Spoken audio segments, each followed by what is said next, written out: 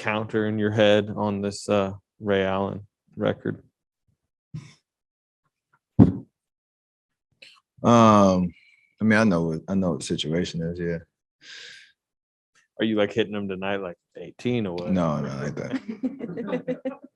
Not like that. Just always just play your game. And I obviously know I'm closing in, but try not to let it creep into how you play. Just enjoy the journey to get there, because it does mean a lot to me as I do get closer. I was gonna ask you what does this record mean to you? I mean, you've broken plenty in your career, but this one does seem special. I'll talk about it when it happens. All right. You're gonna make me cry up here, bro. Really? Don't do that. Don't do that. Steve predicted you'll shoot a lot against Portland with that record coming up. He also said that you are the perfect mix of humility and arrogance, that you know how good you are, but you're a good teammate as well.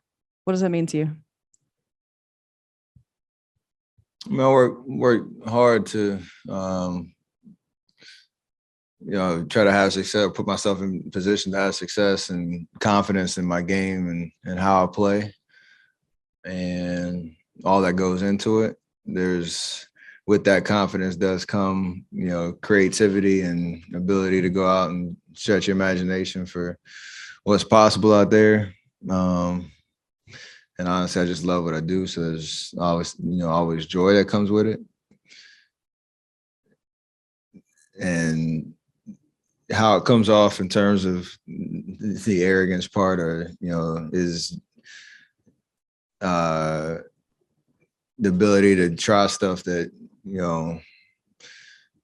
I never really thought was possible when I first got into this kind of, into the league, even playing basketball in general. So I gotta just stay in the moment and enjoy what I do. That's the gas in the tank always. And hopefully that continues for a long time.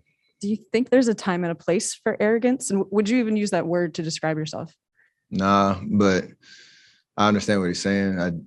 It's ultimate confidence for me. And you have to deserve and earn that confidence with the work that you put in. And anybody that knows what work that goes into it behind the scenes and summers and year after year after year, that's where it comes from.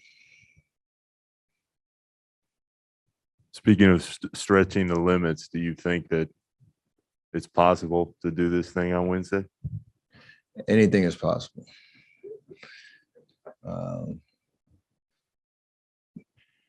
What is it, 15?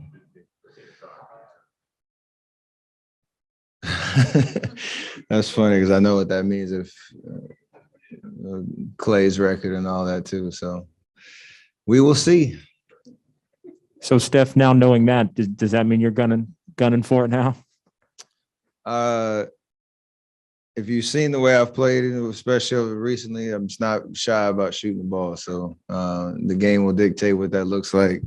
I'm not coming out with that as a true goal of how I'll play, but crazier things have happened.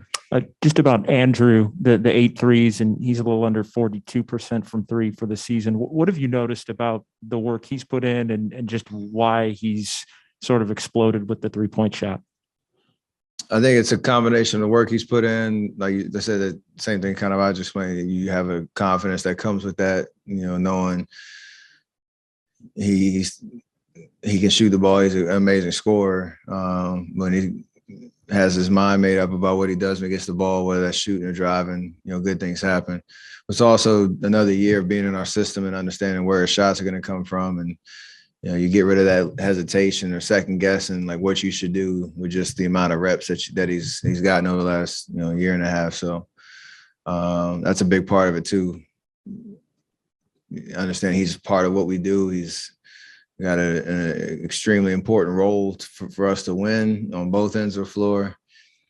How teams defend us, there's going to be a great ball movement and open shots, and you got to be able to knock them down. And he's doing that at a high level. So I love seeing him have fun tonight. Just when's the last time you see him shoot, that many threes in a row with that kind of confidence? That was big. Steph, what do you remember about watching Ray Allen's game and what he was able to do, becoming a 3-point star, and what that meant for basketball and what that meant for what you're doing today? I mean, he was, I guess his journey was interesting because he was such an athlete. He dunk on you, he drive, he could shoot the three, but it wasn't really, from what I remember, it wasn't like a huge part of his game, because he could do so many other things. And as it evolved, he adapted and made it, more of a feature to space in the floor and being able to make that transition to Boston when he did, and help that team win a championship, and obviously in Miami as well. So I think the different iterations of his game throughout his career is pretty impressive, but also the work that he put in is a common theme. As you saw, he used to show up to the arena 3 hours early on the court, get shots up when there was nobody in there. And he had a very specific routine that he stuck to. And I learned a lot from that. I got to see him in Milwaukee when I was 10 years old and do shoot arounds with him and my dad. My brother was out there, and the coach would let us be a part of drills and stuff like that. So I always just got inspired by, shooting the ball at a high level. And you see those, my dad and Ray Allen shooting it, right in front of you. It's a pretty cool sight. So I tried to hold my own too. He thinks the world of you and what you've done. I mean, does that mean a lot to you? And he's credited the way you work. Yeah, I just like the fact that he complimented my golf game more than basketball. Basketball is cool. Everybody talks about that. The fact that I can beat him in golf, that's even better. Stephen, in best case scenario, would you prefer to do the record at home, or how much does it matter to you? How much would it matter to you if it were to happen? Long shot. It is the weirdest thing to be like picky about breaking a record like that. So I have thought about it. Obviously, it'd be nice to have a home crowd and feel that energy. I feel like it'll be special no matter what, because I'll make it special. It'll be an amazing, experience for me and my teammates and all that. But we'll see. I mean, everybody had predictions, I think, going into the year based on the numbers and all that. So we'll see where it goes. What would be more fun if it were to happen? Breaking Ray's record or breaking Clay's record? Ooh, no, Ray's that's a body of work over, a career, that longevity, volume, accuracy, all that stuff that goes into it. 1A and 1B. Let's put it that way. This is taking you off topic a little bit. Obviously, there's so much good going on for you guys, but James still has not yet been cleared for scrimmages. What are you seeing with him behind the scenes, kind of having to watch all this as his career is still kind of sitting in pause mode? He's engaged. He's been present in film sessions, practices, and balancing that with his rehab and the amount of hours he's put in. So he's working. I think he's staying engaged mentally and physically. It's a tough break, and we talked about it a lot last year with strides he was making, injury. He come back, and then the one that he's still dealing with, it took him out the rest of the season. So we understand the big picture. He's got a long career ahead of him, and you can't brush any situation that's going to put him in jeopardy of just being able to play consistently whenever that time is right. But in the meantime, everybody's talking to him, trying to make sure he understands the system, and is just present for all the teaching moments that our coaching staff's done an amazing job this year with our young guys, so that he can get the mental reps, and then when he's ready to play, hopefully he can apply that in real time. But I think the biggest thing is don't put too much pressure on himself. Just get healthy first. Make that the priority, and then the rest will take care of itself. All right, two more, one for Ron, then one on Zoom for Joe. Steph, have you allowed yourself to think about what it would be like to break the record on the road? And I ask that because, I mean, obviously, statistically, it seems that's likely now, 5 road games after Wednesday.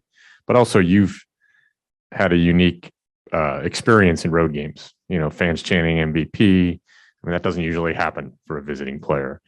If you break it in Philly or Indy or New York, what do you think that'll be like? I don't know. I kind of like that, just the anticipation of what that could mean. I do. I mean, I remember watching Ray break Reggie's record, and it was in Boston, and Reggie was on the sideline doing the call, and it's such a just dope moment. He hit it. I think there was a possession or two and a foul, and he walked over and gave Reggie a hug during the free throw, and then the next time out, he went back over there and said something to him. I remember watching on TV and just feeling the energy in there. So I think any basketball fan will appreciate when it happens, no matter where it is. History is kind of made, but I like the anticipation of just again being in the moment and enjoying all that's gone into it. All right, one on Zoom for Joe. Go ahead. Hey Steph, remember you guys running like a play to start the second half where you went on some kind of a hammer or flare screen and you got so wide open that you took a rhythm dribble, but you missed it. Are you surprised sometimes at how open you are considering how teams usually defend you tightly, that you just hesitate for a bit, and that hesitation, that rhythm dribble, it makes you miss that shot? Yeah, I mean, open shots are weird because it does affect your timing when you're surprised how open you are. And that was even tougher because it was first possession out of halftime and first touch. So it almost went in. Why are you being so hard on me, man? God dang. It's in and out. It was right there. I set the bar so high. I'm sorry.